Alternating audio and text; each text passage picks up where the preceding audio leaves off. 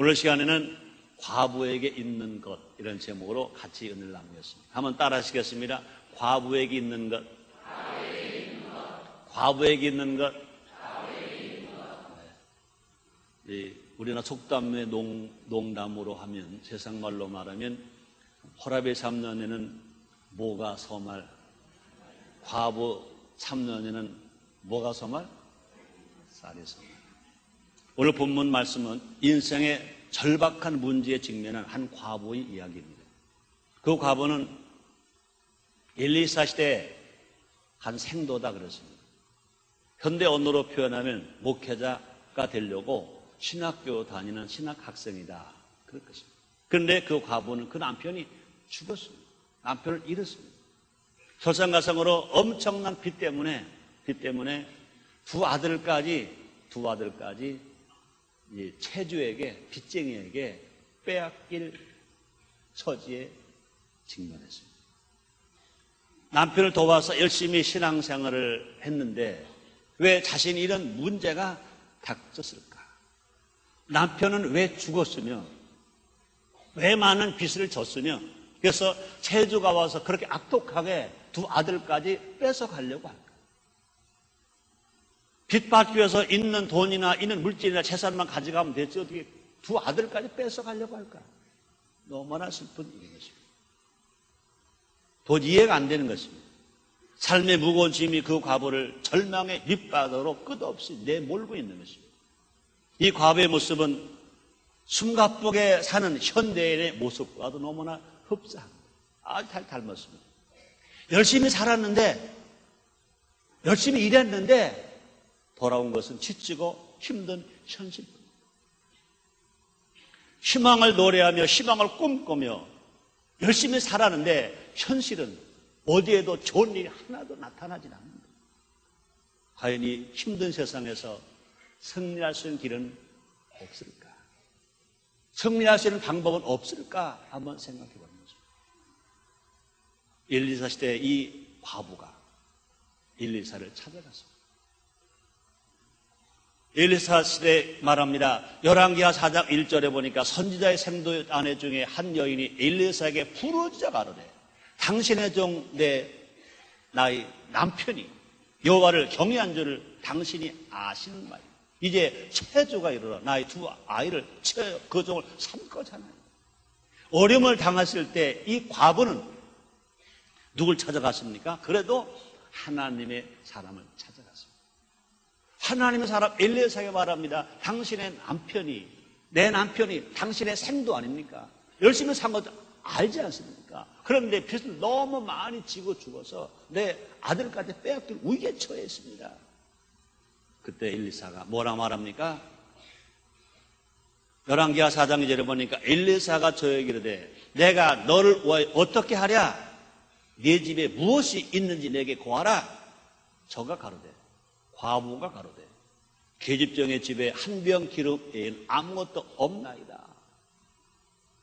과부는 본인이 말할 때는 기름 한 병밖에 아무것도 없습니다. 그러나 사실 더 깊이 알아보면 이 과부는 남이 눈으로 볼 수 없는 자산이 있었습니다. 과부가 내게 없는 것에서 내게 있는 것으로 눈을 돌릴 때 문제가 해결되고 또 빚도 갚고 두 아들을 빼앗기지 아니하고 살았습니다. 너무나 많은 사람이 절망에 처하며 내 눈에 아무것도 안 보이거든요. 눈에 아무것도 안 보이니까, 내게 아무것도 안 들리니까 내 앞뒤를 치르카 쥐어뜯고 손에 잡히는 건 없어요. 나는 죽었다, 이제 망했다, 없다. 그런데 여인은 한 병 기름은 있습니다. 그래서 마찬가지입니다. 우리도요, 한 게 아무리 어려워도 내게 없는 것 보지 말고 작은 것이라 내게 있는 것을 보면 기적이 일어납니다. 우리 하나님은요, 내게 없다 하는 사람하고는 절대 함께하지 않았습니다. 내게 있습니다 하는 사람하고 주님 함께하시는 것입니다. 예수님 당시에도요, 디베랴 광야에 남자만 5,000명, 부녀자까지 수만 명이 모였습니다. 제자 빌립에게 말합니다. 저들에게 뭘 갖다가 주라 그랬습니다. 빌립이 말합니다. 예수님, 지금은 황혼입니다. 여기는 광야입니다. 지금 저 많은 사람들에게 먹을 물고기 300데나리온 돈을 가지고 살 수가 없습니다. 불가능합니다. 예수님은요, 빌립을 쓰지 않으셨어요. 제자 안드레가 말합니다. 어디서 물고기 2마리 가져왔습니다. 보려 또 5덩을 가져왔습니다. 이것이 얼마나 되겠습니까? 많은 예수님이 이것을 가지시면, 최선을 다해 이걸 가지고 왔는데 이거 주님이 받으시면 하실 수 있습니다. 그걸 바로 예수님 축사하시고 떼어줬더니 남자만 5,000명, 부녀자까지 수만 명을 먹이고도 12 강아지가 남았다고 지금 말씀하십니다. 예수님 시대에도 환경은 어려웠습니다. 엘리사 시대에도 이 과부는 환경이 어려웠습니다. 환경이 어려울 때 절망하면 나도 망하고 자식도 망하는 것입니다. 그럼 환경이 어렵다 하더라도 우리가 절망하지 아니하고 내게 있는 것을 찾아가지고 그걸 사용하면 하나님이 축복해 주심으로 말미암아 잘 되는 일들이 일어나게 되는 것입니다. 이 시간 과부에게 있는 것을 살펴봄으로 말미암아 우리도 자신에게 각자 자기에게 있는 것을 볼 수 있는 영적인 눈을 가지고 환경이 아무리 어려워도 절망하거나 낙심하지 말고 희망을 가지고 꿈을 가지고 살아감으로 말미암아 나도 잘 되고 자녀도 잘 되고 가정도 잘 되고 교회가 잘 되고 사회가 잘 되고 인천이 잘 되고 우리나라가 잘 되게 합시다. 자, 그러면 이 여인에게 무엇이 있었는가? 첫째, 본인이 말한 대로 한 병 기름이 있었습니다. 내게 무엇이 있느냐? 그렇습니다. 과부가 말하면 내게 있는 것은 한 병 기름밖에 아무것도 없습니다. 그렇습니다. 그 여인이 사람들을 볼 수는 없었지만 자기가 가지고 있는 믿음이 있었다고 말합니다. 남편도 없고 돈도 없고 빚을 졌지만 그러나 다행스럽게도 믿음은 있습니다. 한 병 기름에 믿음은 있습니다. 이것이 자산인 것 아시길 바랍니다. 무슨 자산이냐? 신앙 자산, 영적 자산인 것입니다. 그래서 한 병 기름은요, 그 가정을 최후까지 지키고 있던 그 가족의 믿음입니다. 빚을 졌어도 믿음은 있었습니다. 남편이 죽었어도 믿음은 있었습니다. 채주가 와서 있는 거 다 가져갔어도 믿음은 있었습니다. 두 아들을 뺏길 만큼 자산이 없었다고 믿음은 있었습니다. 그렇으면 한 병 믿음이 기릅니다. 그런데 학자들에 따르면 이 과부의 남편이 왜 빚을 졌을까? 그 당시 아합 왕으로부터 핍박받던 선지자들을 위해서 먹여주고 입혀주고 그 돈을 썼다는 것입니다. 아합 왕 때문에 핍박받는 선지자들, 그들을 위해서 그가 가지고 있는 전 재산을 다 썼고 사용했고 또 빚까지 다 치게 만들었다는 것입니다.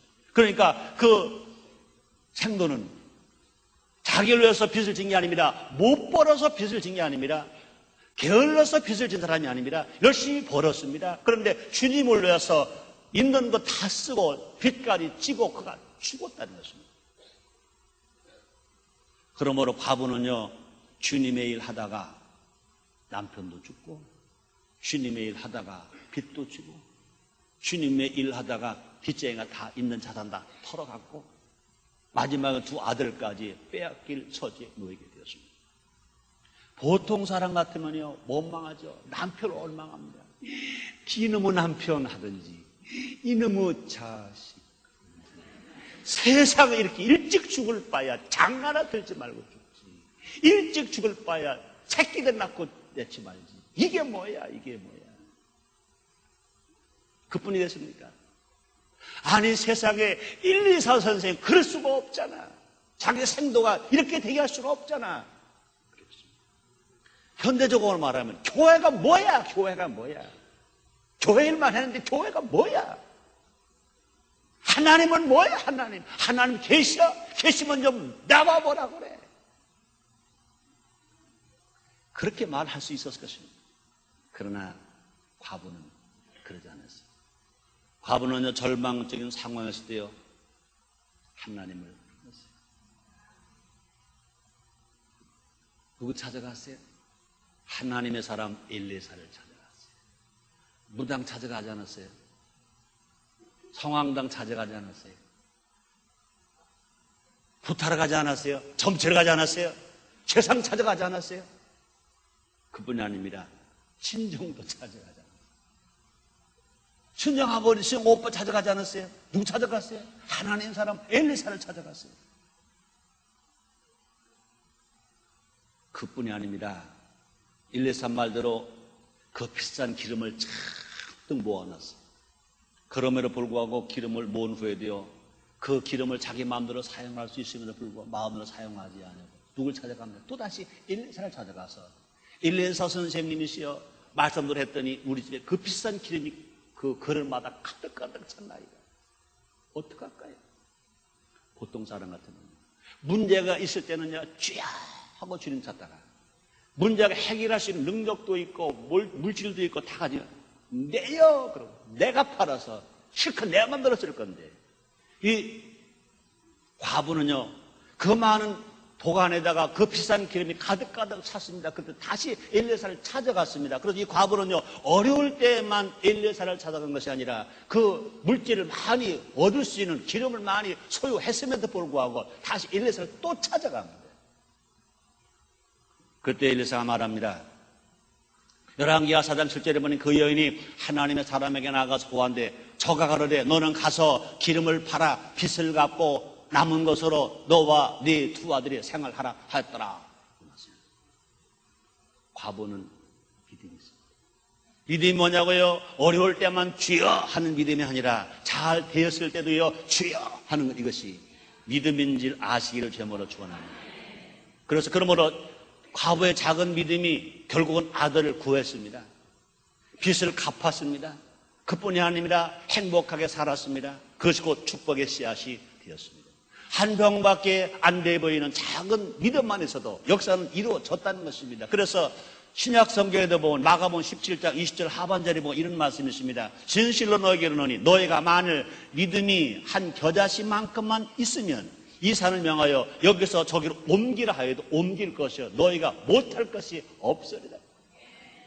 주님 말씀하십니다. 믿는 자에게 능치 못함이 없느니라. 믿음으로 구원받습니다. 믿음으로 치료받습니다. 믿음으로 문제가 해결받습니다. 믿음으로 기적이 일어납니다. 믿음으로 저주가 물러갑니다. 믿음으로 온수마이가 물러갑니다. 구역에 살아갈 수가 있는 것입니다. 그러므로 사랑 여러분들이요, 여러분 모두가 다 엘리시다의 한 과부처럼 여러분의 개인이나 여러분 가정이나 한 병 기름 있는 믿음의 삶을 살아가게 되시기를 주님으로 축원합니다. 하나님은 우리에게 없는 것을 요구하시지 아니하십니다. 하나님이 모세를 부르실 때 그에게 있었던 지팡이 뿐이었던 것입니다. 하나님 모세 지팡이를 통해서 민족을 구원하는 위대한 일을 하셨습니다. 우리도 없는 것 생각하지 말고 약점에 집중하지 말고 있는 것을 보고 장점을 보고 승리하는 우리 모두가 됩시다. 두 번째, 이 과부에 뭐가 있었습니까? 순종하는 두 아들이 있었습니다. 그냥 두 아들이 아닙니다. 두 아들이 아닙니다. 순종하지 않는 아들은 차라리 없는 게 낫지요. 그런데 이 두 아들은요 순종하는 두 아들이었습니다. 다른 말로 말하면 효자 아들입니다. 불효자 아들이 아니라 효자 아들입니다. 그렇습니다. 순종하는 두 아들은 과부에게 있었던 재산 중에 제일 큰 자산 중에 하나인 것입니다. 그러므로 효의 자손인 것입니다. 그러므로 두 아들은 부모가 하는 일에 끝까지 순종했습니다. 자기 아버지 어머니가 있는 돈 없는 돈 다 모아가지고 목숨을 걸고 빚을 져가며 선지자들에게 음식을 제공하는 때도 그런 순종했습니다. 또 과부된 어머니가 동네 가서 그릇을 빌려오라 할 때도 순종했습니다. 문을 닫고 한 병밖에 없는 그 기름을 가지고 그 많은 큰 그릇에다가 붓자고 할 때도 그 아들은 순종했습니다.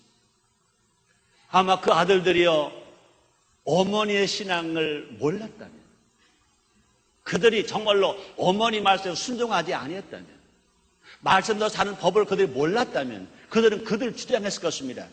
자기 집에 있는 것이라고는요 기름 한 병밖에 없어요.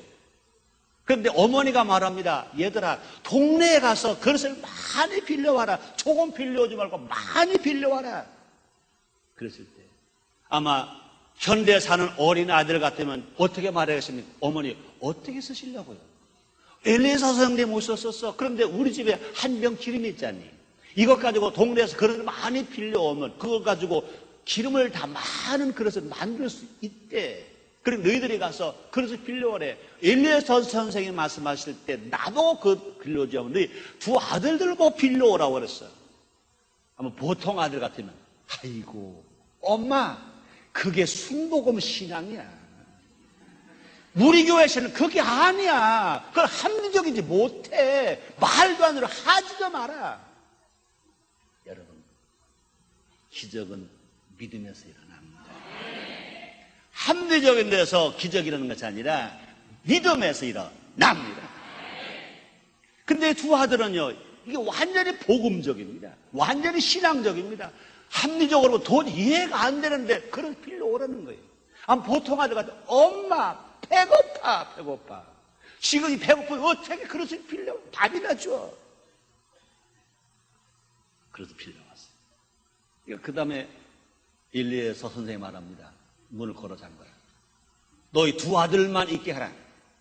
두 아들은 그릇을 갖다가 대고 너는 그릇 가지고 기름을 가지고 부어라. 그랬어요. 아들에게 말합니다. 이제는 나는 기름병은 내가 부을 거다. 너희들은 그릇 가져와라. 엄마 기름 한 방까지 다 채워. 말도 안 돼. 하지도 마. 그거는 순복음이야. 순복음. 말도 안 돼. 그래 순복음이 뭐냐? 성경들을 믿는 게 순복음이야. 순복음이 뭐냐? 말씀대로 순종하는 게 순복음이야. 근데 이 아들들은요 어떻게 했어요? 그걸 가져오는 거예요. 아무도 없어요. 어머니가 기름병을 기름 부어요. 갖다 대는 거예요. 이것이야말로 순종은 안 된다. 어머니 믿음이 아무리 기름병이 있었다 하더라도 어머니 믿음만 가지고는요 절대로 그 가정에 빚을 갚을 수가 없었어요. 해결될 수가 없어요. 왜 그렇습니까? 엘리사가 분명히 문제를 어떻게 해결하라고 그랬습니까? 네 두 아들들을 가서 그릇을 빌려오게 하라. 문을 걸어 잠고 두 아들들은 그릇을 갖다가 대게 하라. 너는 부어라. 그러므로 절대적으로 혼자 안 됩니다. 두 아들들 순종하지 않았기 때문에 절대로 많은 기름이 만들어질 수가 없을 뿐만 아니라 빚을 갚을 수가 없는 것입니다. 그러므로 이 과부에게 무엇이 자산이냐? 순종하는 두 아들의 자산이었어요. 그래서 열왕기하 4장 7절에 보니까 그 여인이 하나님의 사람에 나가서 고한데 저가르되 너는 가서 기름을 팔아 빚을 갚고 남은 것으로 너희 두 아들과 생활하라. 우리 하나님은 이처럼 두 아들의 순종을 보시고 두 아들을 떨어지지 않고 살 길을 열어주셨습니다. 그러므로 부모에게 순종하는 것은 하나님 아버지를 기쁘게 하는 것입니다. 성경에 말합니다. 골로새서 3장 20절입니다. 사도 바울이 말합니다. 자녀들은 모든 일에 부모님에게 순종하십시오. 이것이 주님을 기쁘시게 하는 일입니다. 현대인 성경은 이렇게 기록하고 있습니다. 골로새서 3장 20절입니다. 자녀들은 모든 일에 부모에게 순종하십시오. 이것이 주님을 기쁘시게 하는 일입니다. 너무나 많은 보수 신앙 가졌다고 자처하는 사람들이 부모님 몰라요. 사람 몰라요. 하나님 말씀만 순종할래요. 하나님은 잘 섬길래요. 천만의 말씀입니다.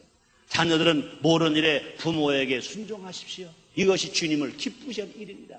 부모님에게 순종한 그것이 주님을 기쁘시게 하는 일이다. 그 말인 것입니다. 우리가 하나님을 기쁘시게 드리면 하나님 우리 인생을 축복해 주십니다.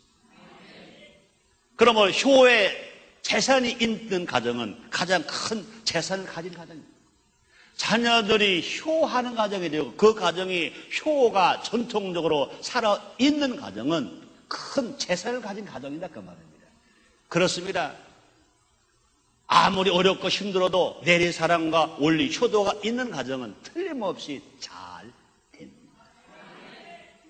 부모는 자녀를 사랑하고 그 사랑을 먹고 자란 자녀가 부모에게 효하는 가정.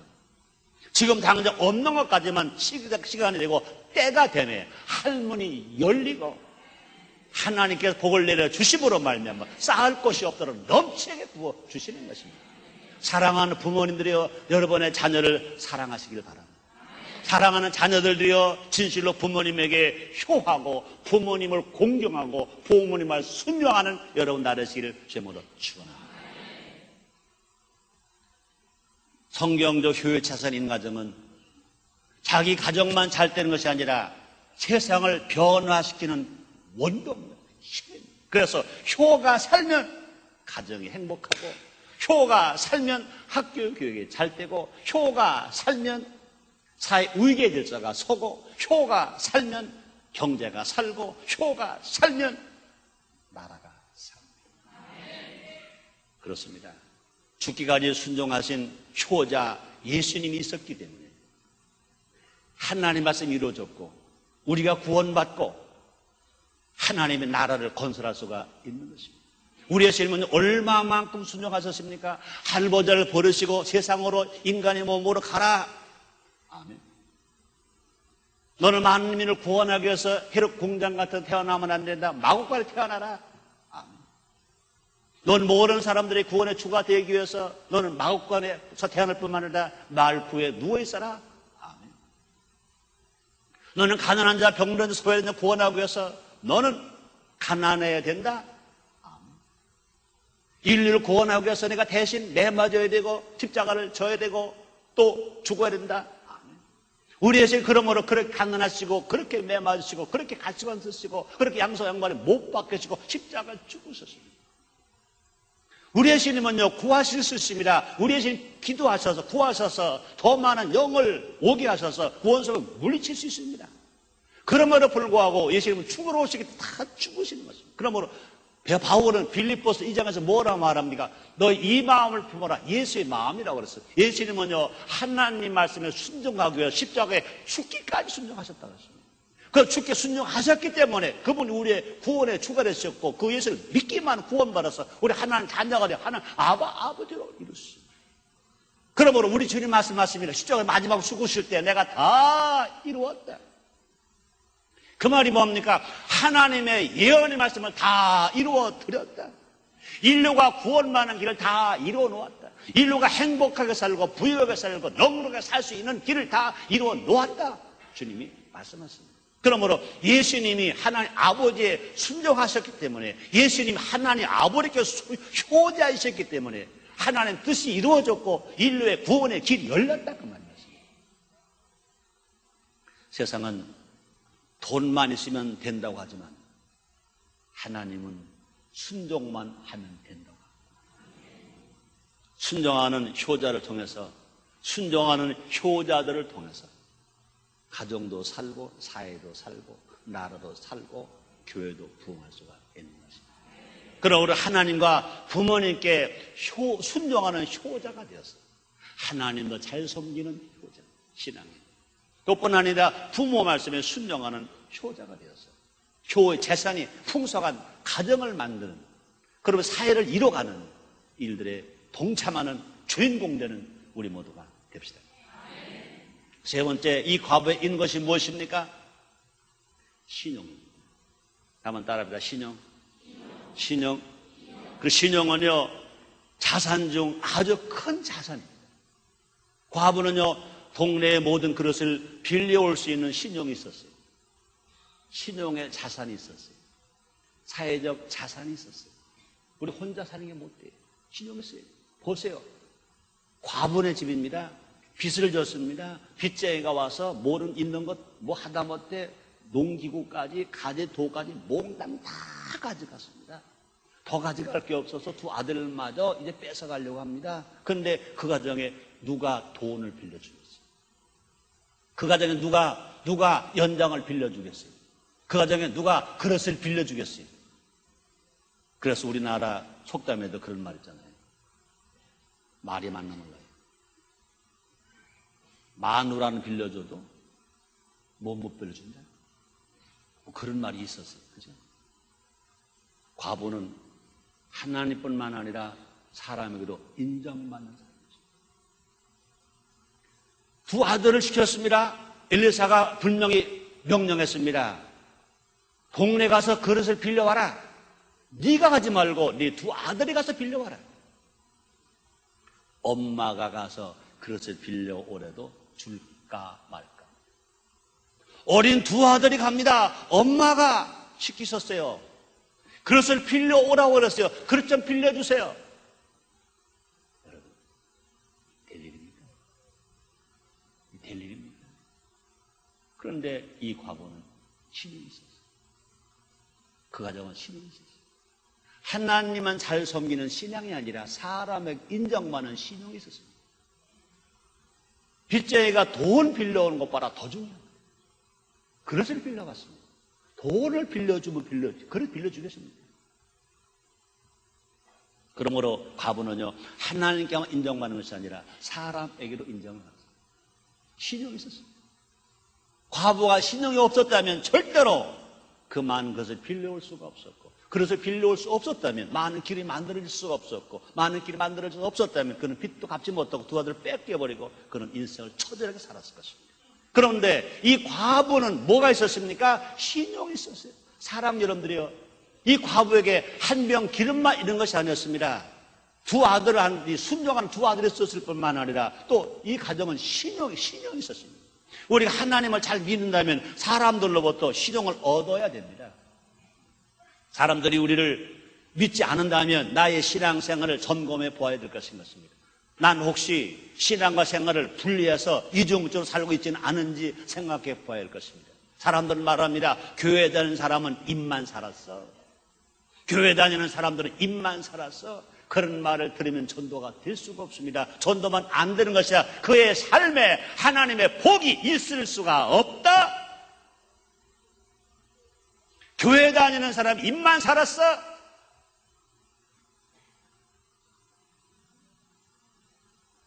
신용은 언액 일치의 세계는 또 뿐 아니라 성실하게 살면, 공의롭게 살면, 정직하게 살면 그 신용이 더 커집니다. 신용의 시작은 내가 말한 것, 작은 것을 그대로 실천하면 그것이 신용이라고.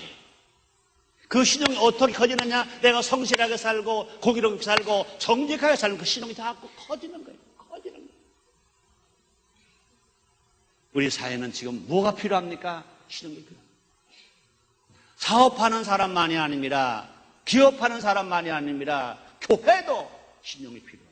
정치도 신용이 필요해요.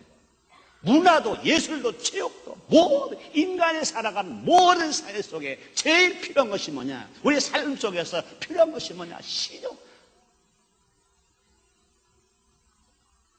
21세기는 무슨 사회예요? 신용사회. 헌금 없어도 된다. 뭐 있으면 신용 카드만 있으면 된다. 돈 지금 당장 돈 하나도 없어 다 돼요 지금.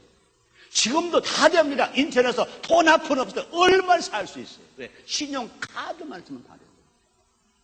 뭐 재산, 보증 없어도 된다. 뭐가 있으면 신용카드만 있으면 된다. 신용만 있으면 된다. 근데 여러분, 엘리사 시대에 이 과부는 신용이 있었어요.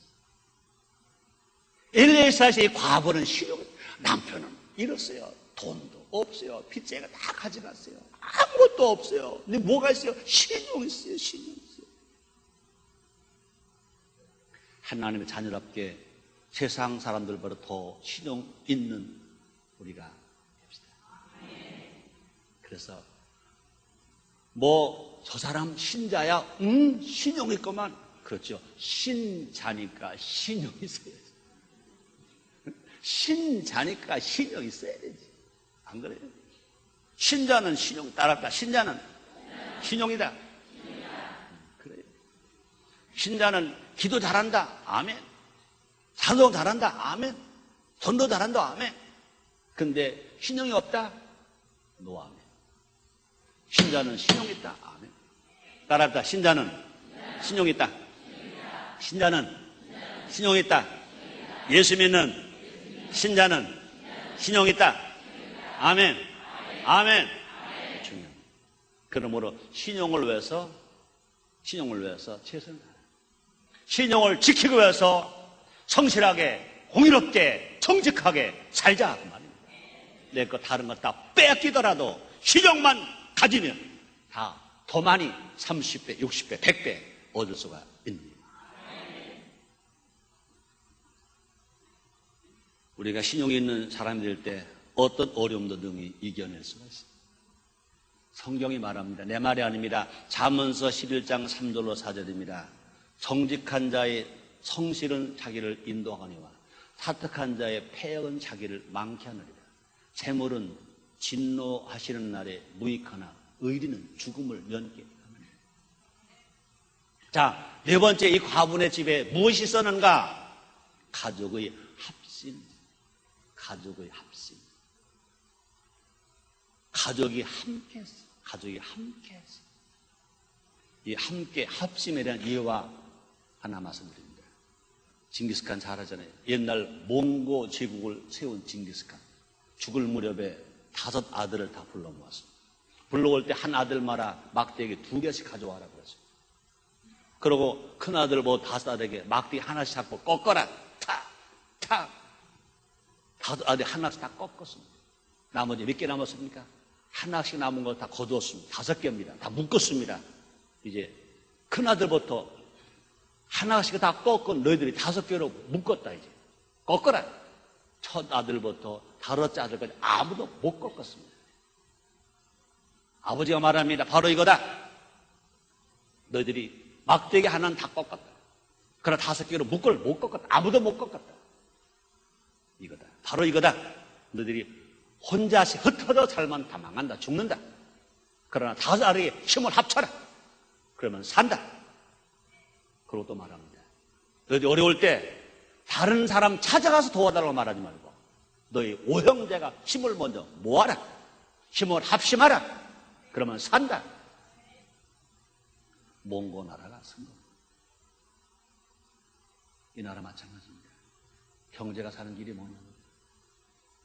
나라 행복한 길이 뭐냐고요? 구역이 부흥하고 교회가 성장하는 게 뭐냐고요? 이 나라가 사는 길이 뭐냐고요? 우리가 없어서 망합니까? 아니요. 합심을 안 해서 망합니다. IMF가 없어서 만나요? 합심하지 않아서 왔지.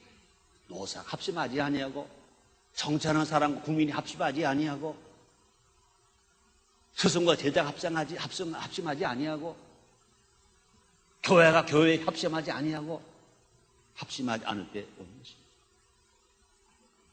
이런 예와 같습니다. 인도의 성자 선다싱이 아마 이 티베트 지역인가 어디로 아마 가가 산이 있는, 인도는 더운 나라지만 약간 이 눈산이 있는 지역을 넘어가게 되었답니다. 가다 보니까 한 젊은이랑 길을 같이 동행하게 됐어요. 한참 두 사람이 이제 선다싱하고 그 젊은이가 함께 저이야기하면서 그 눈길을 그 산 하나 넘어가야 됩니다. 저녁이 되었습니다. 밤이 왔습니다. 그러다 보니까 한 사람이 눈에 쓰러져서 신음합니다. 생명은 있습니다. 선다싱이 말합니다. 젊은이, 이 사람 이대로 두고 가면 죽는다. 이 사람 우리 데리고 가자. 젊은이가 말합니다. 무슨 소리 합니까? 우리가 우리끼리 혼자 넘어가도 살까 말까. 이 사람 데려가라. 셋 다 죽습니다. 그래도 우리는 그럴 수 없잖아. 마음대로 하십시오. 젊은이가 뚜벅뚜벅 혼자 갔습니다. 선다싱은 그 사람을 업었습니다. 또 지치면 또 내려놨다가 또 없습니다. 머리에서부터 온 땀이 범벅입니다. 두 체온이 합치고 힘이 들으니까 추운 거 생각할 수가 없습니다. 힘은 엄청 들었습니다. 그 밤 꼬박 세웠습니다. 그러나 춥지 않았습니다. 그 산을 넘어가서 바다 가까이 갔는데 무언가 하나 발에 걸리는 보니까 죽은 사람. 어젯밤에 혼자 살겠다고 넘어간 젊은이 철 가지고 지쳐서 추워서 얼어 죽고 그 위에 눈이 떴어요. 그러나 함께 살겠다고 하는 썬다시의 사람. 살고 싶으세요? 합심해야지. 가족 행복하게 원하세요? 가족이 합심해야지. 사업 잘 되기 원하세요? 합심해야지. 나라가 잘 되기 원하세요? 합심해야지.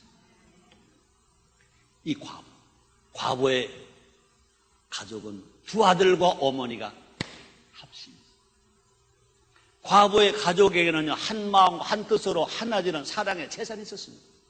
우리 속담에 그런 말 했잖아요. 구슬이 서말이어도 끼어야 보배. 구슬 자체가 보배가 될 수 없으니 끼어야 돼요.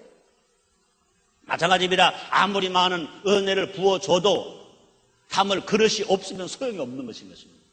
마찬가지입니다. 교회도 마찬가지입니다. 많은 은사자가 아무리 많이 생겨도 은사가 개인이 아무리 많은 은사가 있다 하더라도 정말 교회를 위해서 연합하지 아니고 합심하지 않으면 그 교회는 성장할 수가 없습니다. 나라도 마찬가지입니다. 아무리 학벌 좋은 사람 많고 기술 좋은 사람 많고 세상에서 뭐 떴다 냈다는 다 많다 하더라도 모르는 사람이 합심하지 않으면 그 나라는 망해버리고 마는 것입니다. 근데 이 과부의 가정은요, 아무것도 없다고 말했지만 그건 없는 게 뭐가 있었습니까? 두 아들과 그 아들 형과 동생 아닙니까? 형과 동생 두 아들과 어머니와 합심. 그럼 과부의 가족은요, 사랑과 하나됨의 그릇에 하나의 은혜를 담고 있었습니다. 아들들은 열심히 그릇을 나릅니다. 어머니는 채소를 내 기름을 붓습니다. 그래서 열왕기하 4장 5절 6절에 보니 이렇게 기록되었습니다. 여인이 물러가서 그 두 아들과 함께 물을 닫은 후에 저희는 그릇을 그에게로 가져오고 아들들은 그 그릇을 어머니에게로 가져오고 그 과부는 부었더니 그릇에 다 찬지라. 여인이 아들에게 이르되 또 그릇을 내게로 가져오라 하니 아들이 이르되 가로되 다른 것이 없나이다니 기름이 곧 그쳤더라. 결국 과부의 가족은 합심한 과부의 가족은 이웃에게 피해를 주지 않았습니다. 빚쟁이에게 피해를 주지 않았습니다. 빚을 다 갚았습니다. 그뿐이 아니라 사랑으로 어려움을 극복할 수가 있었습니다.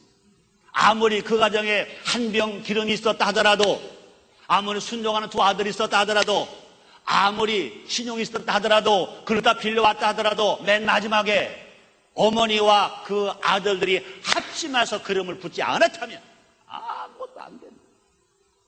여러분, 한 병 기름에 은사가 있다고 자랑하지 마세요. 순종이 있다고 자랑하지 마세요. 신용이 있다고 자랑하지 마. 이걸 다 띄어야 돼. 하나로 모아져서 합심할 때 나도 살고 너도 살고 너도 피해보지 않고 나도 빚 갚고 행복하게 살 수가 있는 것인 것입니다.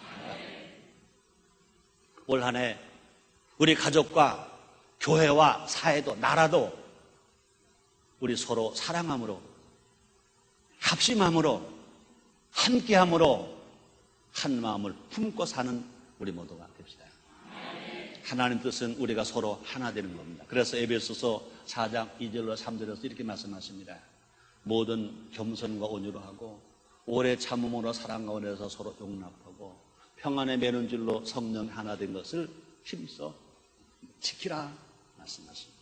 하나님의 뜻은 우리가 서로 하나 되는 겁니다. 우리가 아무리 연약해도 아무리 약해도 하나 되면 능력이 배가 되고 기적도 일어납니다. 삼겹살은 쉽게 끊어지지 않습니다.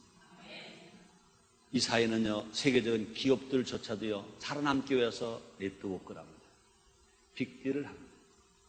심지어 적대적인 관계에 있었던 기업들조차도 손을 잡습니다. 세상의 기업도 하나 되는데 왜 우리가 성령 안에서 하나 되지를 못합니까? 왜 가정이 하나 되지 못하고 왜 교회가 하나 되지 못합니까? 가족은 성령과 효의 정신으로 하나 되어야 합니다. 교회는 주님이 명령하신 성사업을 이루기 위해서 모두가 다 하나 되어야 합니다. 이 나라와 민족은 평화 통일을 위해서, 국가 번영을 위해서, 정치 안정을 위해서 하나가 되어야 될 것인 것입니다.